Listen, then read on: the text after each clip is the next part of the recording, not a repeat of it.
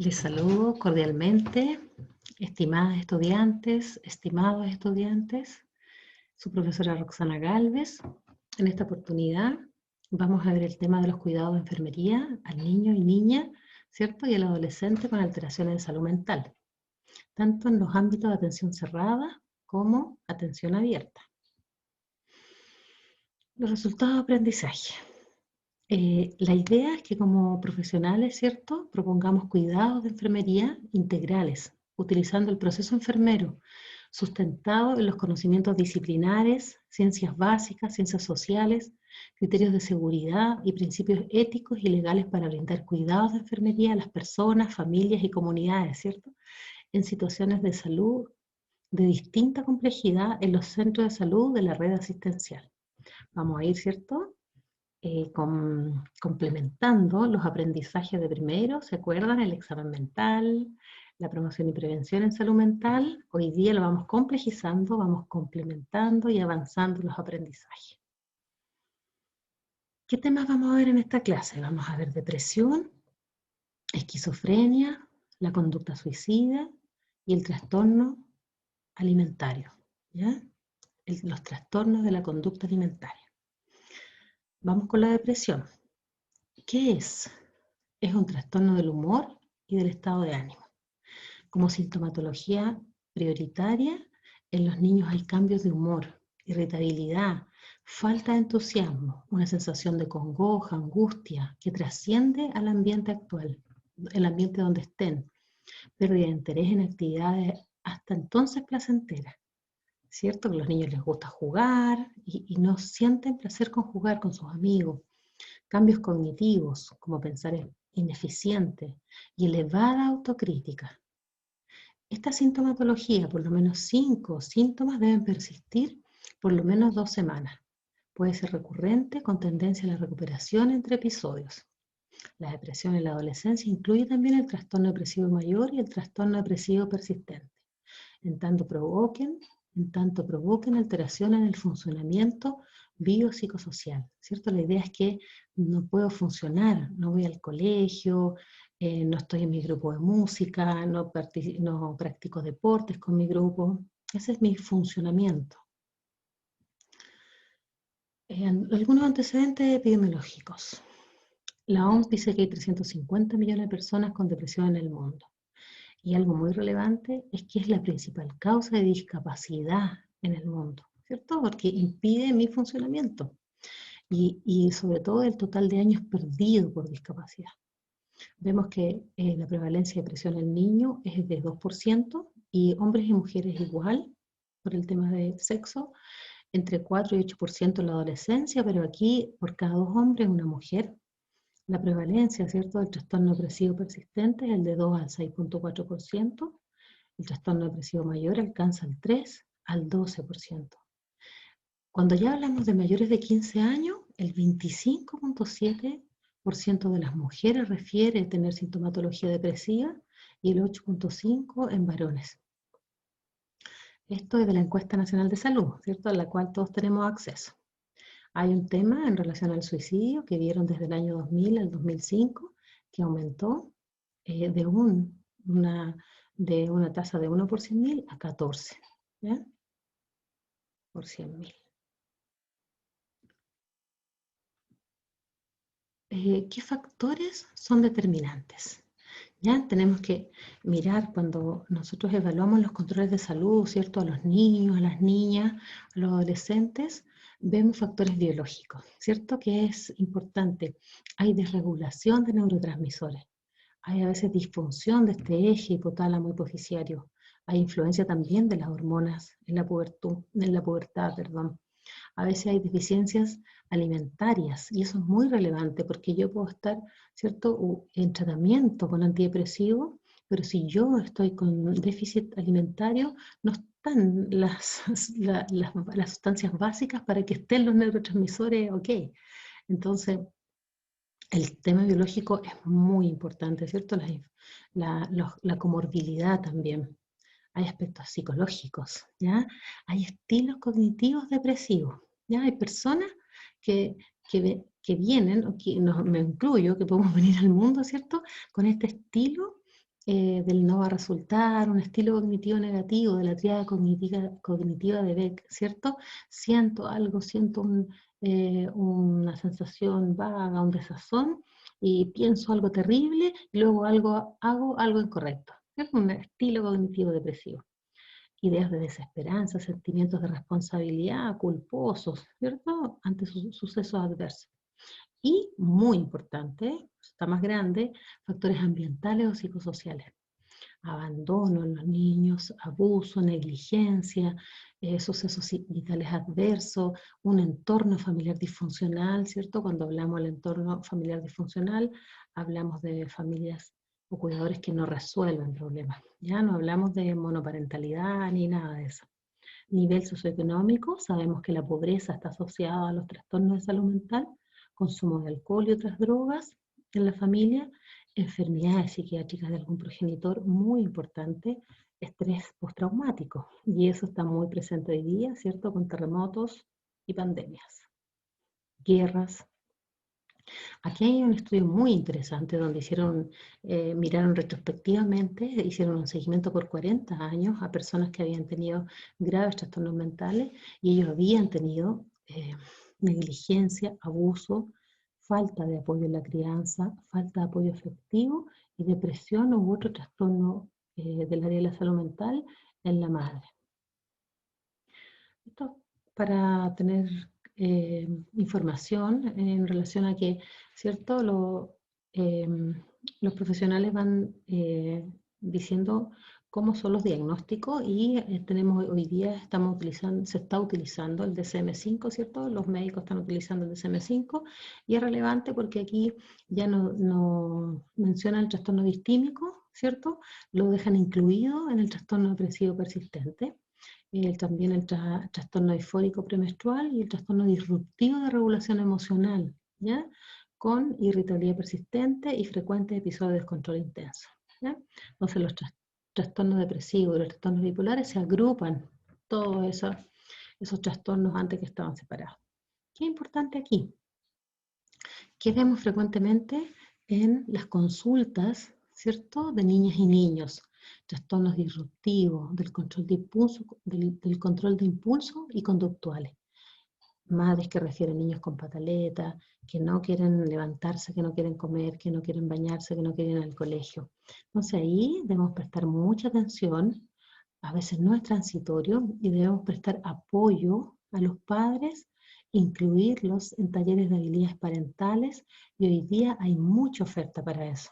Así es que es muy importante prestar atención como profesionales de enfermería y dar apoyo, instrucción, capacitación a estas familias. Hoy día de verdad que hay muchas herramientas para prevenir situaciones futuras de trastornos mentales. Un par de cosas, de conceptos muy relevantes en relación a las atenciones, ¿cierto? Con los niños con alguna necesidad especial, se entiende la discapacidad como un concepto relacional, ¿ya? La discapacidad se encuentra definida como aquella persona que teniendo una o más deficiencias físicas, mentales, sea por causa psíquica o intelectual o sensorial de carácter temporal o permanente, la discapacidad es el concepto al momento de interactuar con diversas barreras presentes en el entorno. Ya, eso es muy importante, porque ahí se ve impedida o restringida su participación plena y efectiva en la sociedad, en igualdad de condiciones con los demás. O sea, es muy importante el ambiente. El ambiente tiene que ser generoso, acogedor y favorecer la participación plena. Otro tema importante que les quería comentar es que en los programas adolescentes hay una norma de confidencialidad. Cada adolescente tiene derecho a que el profesional lo atienda y resguarde su información. ¿Cuándo se podrá romper? Cuando exista riesgo para la vida del usuario o tercero, lo que debe además explicársele previamente, ¿cierto? Que esa complicidad, esa confidencialidad se va a perder si existen estos riesgos. Si en el lugar donde ustedes trabajen no está esta norma, hay que hacerla, buscarla. Bueno, siempre hablamos de factores de riesgo, factores protectores. Y esto, aunque ya existe el trastorno diagnosticado, siempre tenemos, como profesionales, tenemos que mirar para colaborar en corregir los factores de riesgo, ¿cierto? Y potenciar los factores protectores. ¿Mm? Los factores de activación de riesgos, conflictos conyugales, desestructuración familiar, violencia. Entonces, hay que cuidar más a los niños que estén expuestos a acoso, humillación, violencia escolar. Hay que preguntarles si están viviendo violencia escolar. Situaciones de abuso físico, por supuesto, emocional, sexual. Hay que denunciarlo. Consumo de tóxicos. Los factores de protección, como digo, hay que potenciarlo. El buen trato, buenas relaciones, que sean estrechas con algún miembro de la familia, buen sentido del humor. Esto es importante. En todas las etapas del ciclo vital, el sentido del humor es un factor protector en la salud mental. Buen trato en las relaciones de amistad, logros personales, potenciarlos, su nivel de inteligencia, práctica de algún deporte. El deporte da, ¿cierto?, todas las condiciones de persistencia, de asociatividad, de colaboración, muy importante en la etapa escolar, en la etapa de la adolescencia.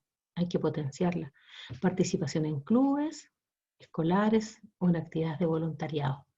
Ahí, ¿cierto?, se satisface la necesidad de pertenencia, muy importante en los niños y los adolescentes. En relación a la sintomatología, hay que ser muy, no sé, suspicaz, pero estar muy atento, porque es diferente en la adultez y es diferente según la edad. Aquí yo tengo que en el control de salud estar muy atento a la no ganancia de peso, a la ansiedad, a la separación, ¿ya? A los trastornos del sueño, muy importante, a los dolores, al decaimiento, al malestar. Después, prepuber, la irritabilidad, la anedonia, ¿cierto? Ese cansancio, a esta edad son muy activos, pues tiene que llamar mucho la atención. La cefalea, el dolor abdominal, ese dolor de guatita que todas las mañanas le duele la guata y vomita, tiene que llamar la atención. Sí, ya se puede, por supuesto, que priorizar lo biológico y que lo evalúen el pediatra, el gastroenterólogo, pero si después de eso continúa, hay que ser evaluado por especialistas. Los miedos, las fobias, todo esto tiene tratamiento oportuno, ¿ya? No hay que ignorarlo. Y en el adolescente tiene que llamarnos mucho la atención la irritabilidad, porque está bien, ¿cierto? Es un proceso complejo, puede haber tristeza, puede haber hipersomnia, aumento del apetito, pero si yo veo todas esas conductas y además, ¿cierto? Lo veo con el rendimiento escolar absolutamente deteriorado, con algún síntoma obsesivo, yo tengo que me tiene que llamar la atención mucho el mal humor y la irritabilidad. Muchas veces son contentos con sus amigos son irritables en la casa. Bueno, hay que investigar más porque a veces también son irritables con los amigos, entonces hay que tomar atención en los controles de salud. Aquí hay algunas escalas de evaluación que yo se las compartí en la bibliografía. Están absolutamente relacionadas con la sintomatología, ¿cierto? Con lo que conversamos en relación a no tener interés en las actividades que sí le producían placer, a los trastornos del sueño, a la inseguridad, ¿cierto? A preocuparse obsesivamente. Y los puntos de corte son muy interesantes. O sea, está muy bien esto, aplicar las escalas de evaluación es muy seguro, dar a toda la metodología. Estas escalas han sido certificadas, ¿cierto?, en Chile y se utilizan. Lo importante es que uno tiene que entrenarse en que pueden salir nuevas escalas y adaptarse a ver las nuevas escalas que pueden ser aún más seguras. Entonces, es muy bueno ocuparlas, ¿cierto? Da mucha seguridad y lo más interesante es que se precisa, el equipo interdisciplinar precisa el diagnóstico y se da el camino, ¿cierto?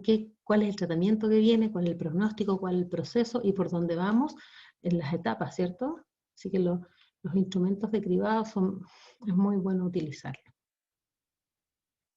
Aquí hay otros que se sugieren, ¿cierto? La guía de depresión de día 14 años sugiere el cuestionario de detección de Birleson y que dice si de mayor o igual a 19 puntos, ¿cierto? Estaría el diagnóstico. Ahora, yo siempre les digo que esto es con mucha precaución, porque aquí, por ejemplo, dice, creo que no vale la pena vivir. Y puede ser que con todo ese puntaje igual me salga mayor, o sea, menor a 19. Entonces, eso me va a decir, no hay problema, pero resulta que esto es re importante. Entonces, como les digo, se aplican, pero además se aplican con mucha atención, ¿ya? No es así, que si dice 19, eso es, ¿ya? Pero que también le veo el valor a los instrumentos de cribado yo interesante, muy importante, es que permiten acceder a todas las categorías de esta persona que está, de este niño, de esta niña, este adolescente que está con algún problema del área de la salud mental. Entonces, me permite ver todas las categorías, no se me queda nada afuera, ¿cierto? Cuando yo digo la evaluación biopsicosocial, entonces veo el bienestar físico, ¿cierto? Veo el bienestar psicológico, el estado de ánimo, la autopercepción, su autoconcepto, que es muy importante, su autonomía, cómo es la vida familiar, los recursos económicos, los amigos, el apoyo social, el entorno escolar, la aceptación y los riesgos de bullying, ¿cierto? De maltrato. Entonces, al aplicar un instrumento privado, no se me quedan afuera algunos temas que son importantes y que se tienen que tratar, ¿cierto? Bueno, ¿cuál es el rol de enfermería? Entonces, muy importante, conocimiento del niño o niña al que yo atiendo, ¿cierto? La idea es que sea, que perdure en el tiempo, que lo conozca y que yo registre bien. Si no tengo la información, si yo no lo conozco, bueno, yo tengo un buen registro para que mi equipo conozca los antecedentes, ¿cierto? Que vea si existe comorbilidad, otros antecedentes, ¿cierto? Generalmente a alguien se le puede olvidar y que hay que tomar pruebas tiroides, hemograma, preguntar por consumo de droga. Hoy día, lamentablemente, hay niños que a los 9 años empiezan a probar el alcohol, el tabaco, otros productos, ¿cierto? Siempre fomentar los estilos de vida saludables. Si no practican ninguna actividad física, buscar, preguntar, motivar. ¿Ya? Ustedes saben que la recomendación es de 30 a 90 minutos de actividad moderada vigorosa en esta edad. Todos los días. Esa es la recomendación desde el 2017 del Ministerio de Salud, de Deporte y Educación. El abordaje biopsicosocial, ¿cierto? Preguntar por la familia, por la escuela, por sus amigos, por su entorno. Siempre tener claro la articulación de la red, saber dónde yo trabaje, saber a dónde tengo que derivarlo, cuáles son los equipos que están trabajando. Comunicación con la escuela. Hacer psicoeducación, ¿cierto? Si ha habido trastornos del área de la salud mental, tengo que explicar en qué consiste, ¿cierto? Así tenga que explicarle esto a los neurotransmisores, tengo que explicarle el desequilibrio de los neurotransmisores, para qué sirven los fármacos, la importancia de la adherencia al tratamiento farmacológico, ¿ya? No satanizar a la primera molestia, a la primera reacción adversa que pudiera tener, ¿ya? A las primeras, sobre todo los fármacos antidepresivos producen molestias gástricas. Entonces yo tengo que educar, psicoeducar en relación a eso. Aplicación de escalas de cribado, ¿cierto? Para ver el seguimiento, realizar y participar con el equipo multidisciplinar, talleres de habilidades parentales, talleres de prevención de consumo de drogas. Incluir en programas cercanos, ¿cierto? PASMI u otro. Eso lo vamos a ver después. Aquí hay algo muy interesante, que es el taller Nadie es Perfecto, ¿ya? Hasta los 4 años, donde hay mucha evidencia, ya lo conocemos, la evidencia que sustenta el apego, ¿cierto? El apego seguro, donde hay una relación de vínculo, de cuidador con el niño o niña. Hay una sensibilidad del adulto, una estabilidad, ¿ya? Hay disponibilidad incondicional, consuelo, contacto físico y expresiones de afecto. De ahí el desarrollo infantil exitoso, autónomo, con seguridad y confianza. Es el típico niño o niña que vemos en la plaza de los juegos, que está la mamá por allá y y se hace amigo de todos allá y está jugando. Paradójicamente digo yo, mientras tenga este apego seguro, este vínculo, la persona que le haga caso, que lo atienda, que esté atenta, el niño o niña será aún más autónomo, ¿cierto? Tendrá más confianza y autonomía. Aquí, este taller No es Perfecto consiste en 6 sesiones grupales donde se da apoyo, no se emiten juicios de valor, se potencian las habilidades, se enseña porque todos podemos aprender a calmar, a responder efectivamente, a tener un comportamiento colaborativo, un lenguaje adecuado y tener autocuidado para nosotros, ¿cierto? Para el cuidador y para el niño o niña. También se enseña, ¿cierto? En el taller de desarrollo mental, cómo piensan, aprenden y sienten los niños. Aquí hay talleres de habilidades parentales, así que ya no se puede decir que no hay propuesta para el aprendizaje a ser padres. Ahora vamos a hablar del suicidio. ¿Qué es la conducta suicida? Es un profundo dolor y malestar psicológico que impide continuar con la vida y del cual no se visualizan alternativas de salida. Existe un amplio espectro de conductas en la conducta suicida. Primero es la ideación, la elaboración de un plan, la obtención de los medios, hasta un acto consumado. ¿Ya? Entonces, aquí los profesionales tienen que estar muy atentos cuando los niños le dicen que en la casa hay una pistola y que él sabe dónde está la pistola. ¿Ya? Eso es porque es un medio letal. Entonces, hay que estar atentos. ¿Ya? Se pregunta, los adolescentes se preguntan sobre el sentido de la vida. En la conducta suicida hay alta ambivalencia. Y se dice que no existen deseos de morir, sino que el sentimiento de no ser capaz de tolerar estar vivo. A veces puede ser clara y consistente el deseo de morir. Entonces ahí es muy importante clarificar la intencionalidad. ¿Ya? Existen factores protectores y factores de riesgo. Una vez más tenemos que potenciar los factores protectores individuales, familiares y ambientales, ¿cierto? Y tenemos que estar muy atentos a los factores de riesgo. Cuando yo le pregunto, yo en mi anamnesis, en el niño, niña, escolar, adolescente, tengo que preguntarle si es víctima de violencia. De ahí más adelante vamos a ver por qué. Si hay alguna conducta autolesiva, ¿cierto? Si por alguna razón se hacen, no sé, muchos tatuajes, desesperanza, estilos cognitivos, ¿cierto? Pesimista, lo que hablamos, ¿ya? Si hay algún suicidio en la familia, si hay algún antecedente de trastorno mental en la familia y si hay un bajo apoyo social. ¿Ya? Tengo que consultar para saber y hacerme una imagen de los requerimientos. Tengo que ampliar mi mirada. Somos todo uno, ¿cierto? Salud mental, salud física, entorno. ¿Cuál es la situación actual? La tasa de suicidio infanto-adolescente. De 10 a 14 años. Una tasa, 1.7 por 100.000 del 2015. Y de 15 a 19, 8.1. De todas maneras, esta información hay que tomarla con cautela porque hay que mirar muchos años, pero esto es un problema de salud pública evitable. Antecedente.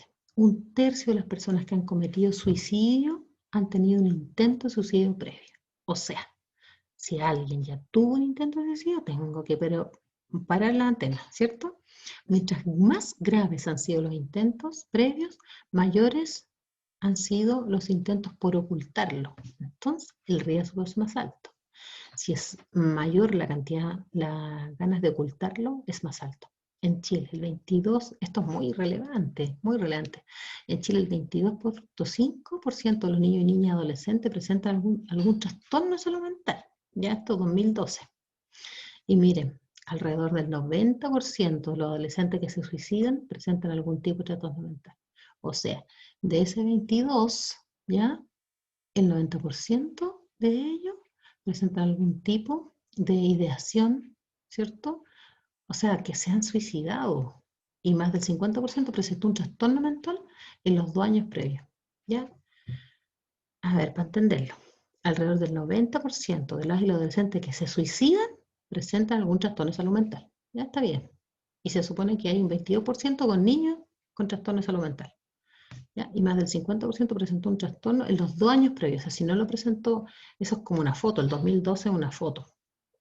Entonces lo que podemos decir es que de ese 50%, ¿ya? El 90% se ha suicidado. O sea, es una población de riesgo.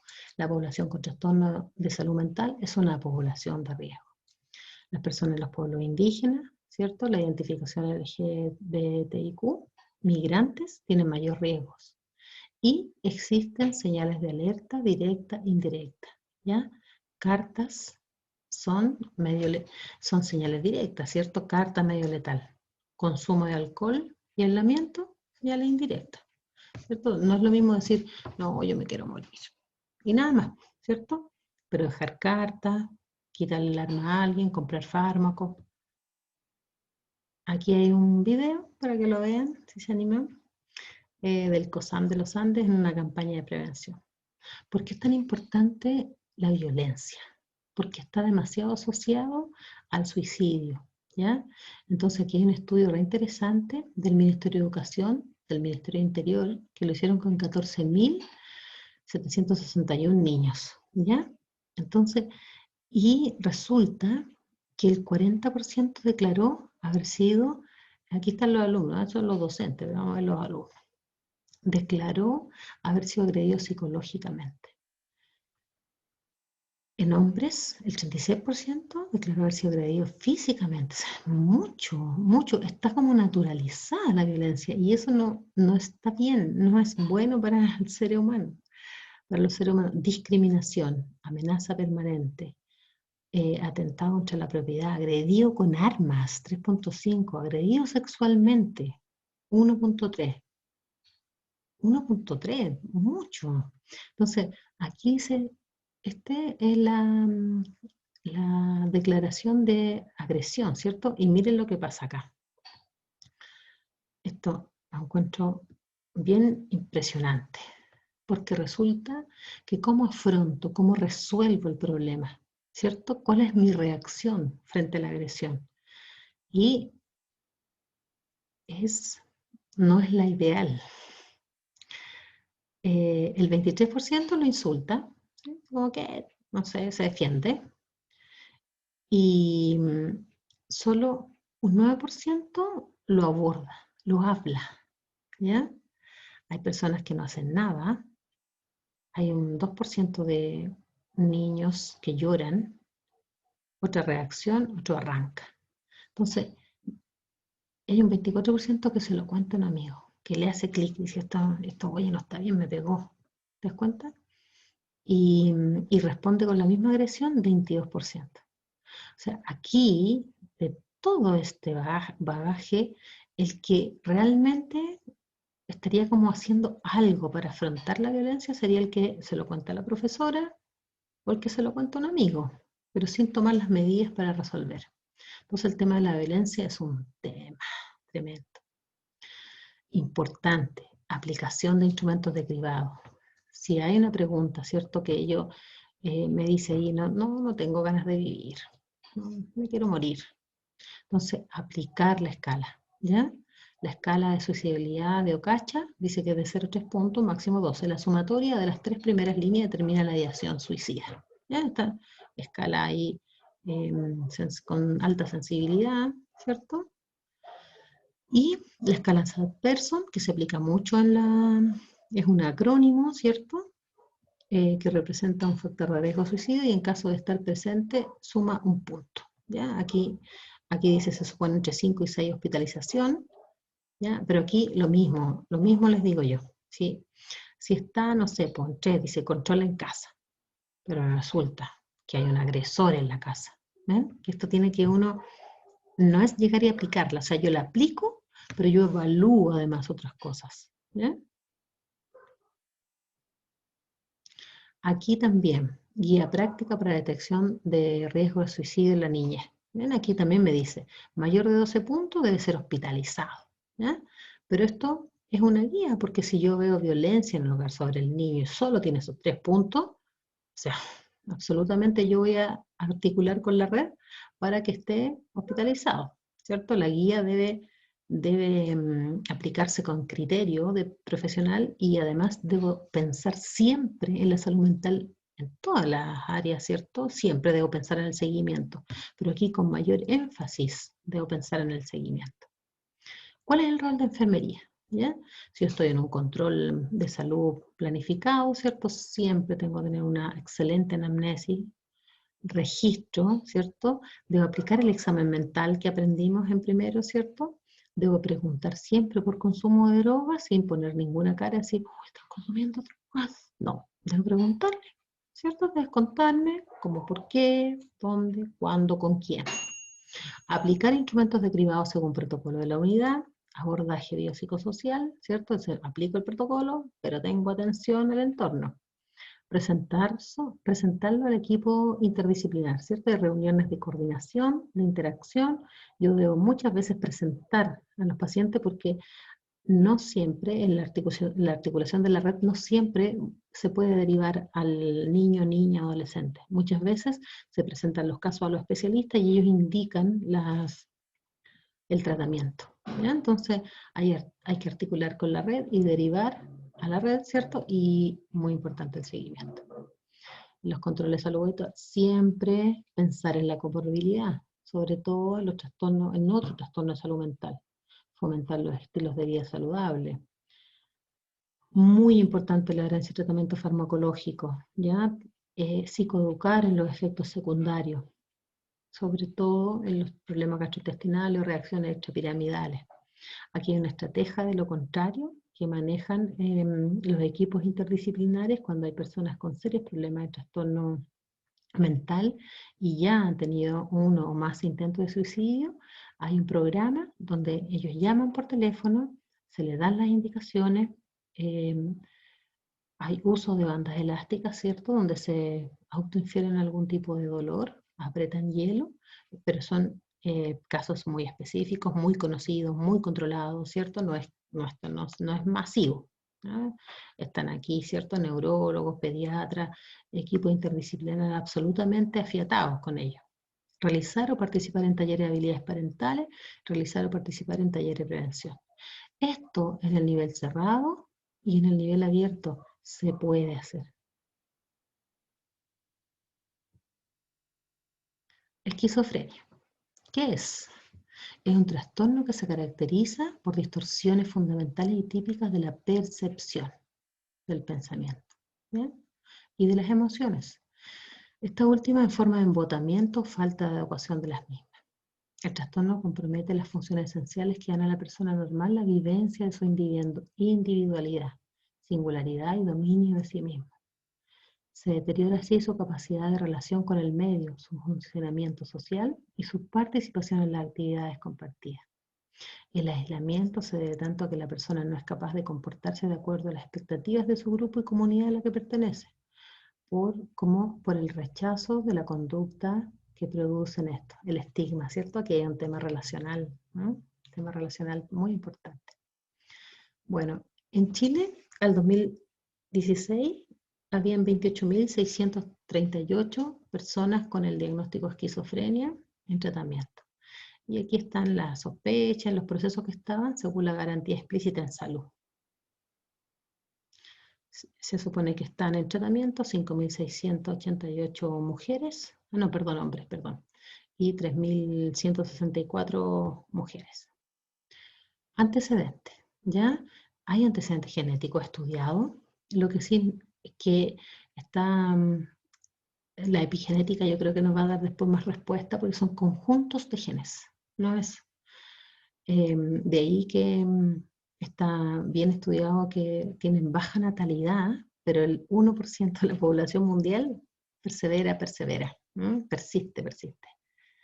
También está muy estudiado infecciones en el embarazo, eventos traumáticos durante la infancia, abuso y negligencia son factores inespecíficos, ¿ya? No son directos.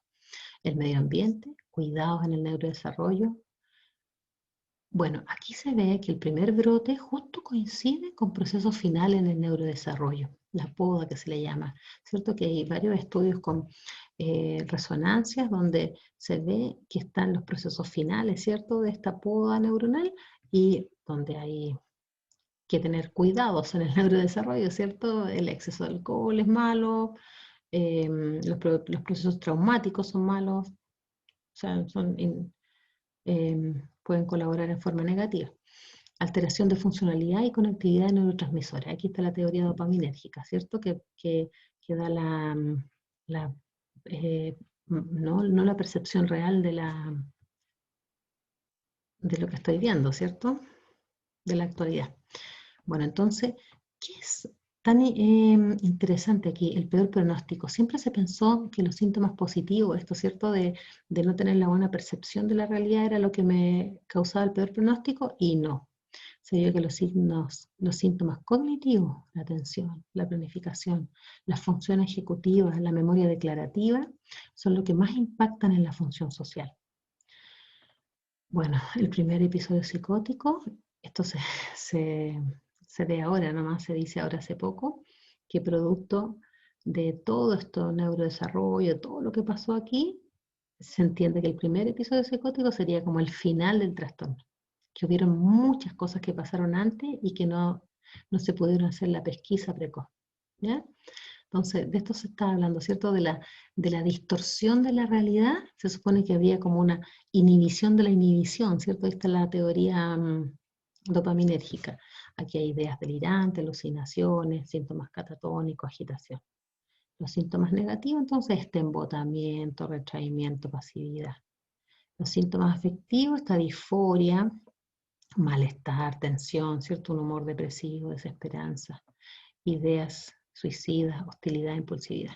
Y los síntomas cognitivos son los que actualmente se han evaluado y son los que permitirían, por eso que mientras mayor edad, con mayor entrenamiento escolar, ¿cierto? Universitario, puedo tener mayor funcionalidad. Se supone que tengo mejor pronóstico si los síntomas cognitivos no son tan intensos. ¿Ya? Ahí está, define en gran parte el pronóstico. ¿Cuál es el rol de enfermería? ¿Cierto? En los controles de salud, si yo hago una anamnesis completa y veo, ¿cierto?, infecciones en el embarazo, me preocupo de eso, me ocupo, pregunto, veo un ambiente hostil, eh, tienen que hacer algunos otros exámenes, algunos estudios, hacer una búsqueda, ¿cierto?, un tamizaje de algún episodio psicótico, preguntar. Oye, ¿alguna vez has visto cosas? ¿Has escuchado algo que no escuchaste tú nomás? ¿O viste algunos animales raros en la pieza alguna vez así? Preguntar, bueno, en la medida que uno conoce al adolescente, al niño, no en primera instancia, pero tengo que establecer, ¿cierto?, una relación. Eso ya lo estamos aprendiendo, por eso conectamos, ¿cierto?, las relaciones terapéuticas con las anamnesis. Siempre buscar comorbilidad, ¿ya? Porque es lamentable porque es una dupla súper malvada, pero la diabetes está muy asociada a la esquizofrenia. Hay muchas personas que tienen esquizofrenia y que además tienen diabetes. Las dislipidemias, identificar personas con ultra alto riesgo serían con problemas psiquiátricos transitorios, ¿cierto? En la infancia, algún rasgo, ¿cierto? De los 4 rasgos que nombramos, de personalidad, alguna ansiedad, suspicacia, muchos problemas conductuales en la adolescencia. Ya tengo que, si hay mucho problema conductual en la adolescencia porque no se ajusta, ¿cierto?, al medio, tengo que intentar hacer un diagnóstico oportuno, ¿cierto? Luego que está hecho el diagnóstico, es muy relevante y un trabajo tremendo del profesional de enfermería, la adherencia al tratamiento farmacológico, porque se dice que 1 de cada 10 no se adhiere al tratamiento farmacológico, entonces esto es muy importante. Hay que realizar psicoeducación familiar para prevenir hospitalizaciones, ¿cierto? Se entiende que todos estos procesos psicóticos, hay teorías que hablan de la neurotoxicidad, entonces es peor para el cerebro de la persona. Realizar talleres de habilidades, ¿cierto?, para vivir en forma independiente, potenciar objetivos educacionales, ocupacionales y de integración social. Realizar siempre taller de prevención de consumo de drogas, que a este cerebro le hace muy mal. Trastorno de la conducta alimentaria. Ya vamos ahí terminando. Son enfermedades de salud mental complejas, de múltiples causas que afectan principalmente a adolescentes. Influyen factores psicológicos, físicos y del medio ambiente en su etiología, desarrollo y mantenimiento. ¿Ya? Muchas veces usan medidas no saludables para controlar y reducir el peso, con deterioro significativo del bienestar psicosocial y físico. La epidemiología habla que el 5% de los adolescentes, ¿ya?, tienen trastorno de la conducta alimentaria y 1 es a 10, ¿ya? Por cada una mujer, 10 hombres. La prevalencia En adolescentes 0,48 a 0,7 de anorexia nerviosa y de 1 a 2 de bulimia nerviosa. La Organización Mundial de la Salud lo ha ubicado, ¿cierto?, entre la enfermedad mental de prioridad, dado el riesgo para la salud que implica. El tema es que generalmente no ocurre un diagnóstico oportuno. Con relación a la anorexia nerviosa, hay que tener aquí también, no es ser mal pensado, sino que es tener un checklist en mi mente de todas las preguntas que tengo que hacer al adolescente, ¿cierto? Tengo que preguntar por problemas ginecológicos, por amenorrea, ¿sí? Tengo que mirar sus dientes, siempre el examen físico, ¿cierto? Cuando aprendimos a hacer el examen físico y vemos el examen físico general, segmentario, cabeza, dientes, bueno, si hay mucha erosión en el esmalte dental, tiene que llamar la atención. La temperatura, cuando tomo los signos vitales, y siempre la temperatura es tan baja y hace calor. Entonces, tengo que prender ahí ampolletas, ¿cierto? Baja motivación al cambio. Las personas con trastorno tienen muy baja motivación al cambio por escasa conciencia de enfermedad. Entonces, aquí esta negación es muy peligrosa. En trastorno psiquiátrico grave, dijimos, hay una mantención voluntaria de un peso bajo, muchas veces en rango saludable para la edad de talla, lo cual es logrado a través de medios extremos para controlar el peso con ejercicio compulsivo, restricciones alimentarias, consumo, ¿cierto? Y conductas purgativas. ¿Miedo a ganar de peso? Miedo, mucho miedo a ganar de peso con alta alteración de la autopercepción. Aquí hay al conversar se ve disfórico, ¿cierto? Disfórica molesta, con un comportamiento muchas veces anedónico, ansioso, con un potente sentimiento de vergüenza o de regulación emocional e impulsividad. Claro, cuando se acuerdan cuando hay tipo no ectomorfo, mesomorfo, ¿cierto? El mesomorfo, el que más lucha con la mantención de esa talla así ideal. En la bulimia nerviosa, es un trastorno de personalidad que se describe como un grupo de alto funcionamiento autocrítico, perfeccionista, que tiende a sentir culpa y ansiedad. Aquí los criterios del DSM-4 y el DSM-5 casi no cambiaron. Aquí los atracones y las conductas compensatorias inapropiadas tienen lugar como promedio al menos una vez a la semana durante un periodo de 3 meses. Es complejo, ¿cierto? Es complejo hacer el diagnóstico. Por eso que uno tiene que tener una muy buena relación terapéutica con los adolescentes. El rol de enfermería, ¿cierto? Aquí el rol es grande, ¿cierto? La anamnesis, el conocimiento, el seguimiento, como decía. Siempre aplicar el examen mental, ¿cierto? Para tener una pesquisa oportuna. Porque de verdad que es muy complicado el tratamiento después, ¿ya? La comorbilidad, siempre pensar, ver las pruebas tiroides, hemograma, electrolitos, urea, albúmina, electrocardiograma, preguntar por consumo de droga, aplicar instrumentos de cribado, ¿cierto? Sobre todo ideación suicida, hacer entrevista motivacional, este otro tema que vamos a ver aquí después. Importancia de la adherencia al tratamiento. Aquí yo sé que es un proceso largo, un tratamiento largo, entonces tengo que hacer seguimiento, tengo que llamar por teléfono, tener los contactos. Es un abordaje psicosocial, siempre con un equipo interdisciplinar. Aquí hay enfermeras especialistas en atención cerrada, en tratamiento de conductas alimentarias, articulación con la red. Tengo que estar muy atenta si hay déficit cognitivo, si hay otro tipo de avitaminosis. Hay un tratamiento de modelo interpersonal que es dado por especialistas y realizar talleres siempre de habilidades parentales. Mucha atención en los criterios de hospitalización. Si yo veo una desnutrición, desequilibrio electrolito, arritmia, alteración del control de signos vitales, inestabilidad fisiológica, rechazo agudo al alimento, síncope. Si hay una emergencia psiquiátrica, ¿sí? En el examen mental me voy a dar cuenta, ¿cierto? Si hay una psicosis, cuál es el contenido del pensamiento, ¿cierto? O la estructura del pensamiento, si hay conducta suicida, si hay comorbilidad, ¿cierto? Si yo veo un desequilibrio electrolito y además veo una disfunción severa en la familia, tengo que sugerir rápidamente la derivación al médico, ¿cierto? A la hospitalización. Aquí les comparto la bibliografía donde trabajamos. Les doy las gracias Luego nos vamos a juntar el lunes, ¿cierto? Y ahí vamos a ver la tarea para que aprendamos muchas otras cosas el martes. Todos ahí en conjunto. Muchas gracias y nos vemos el lunes.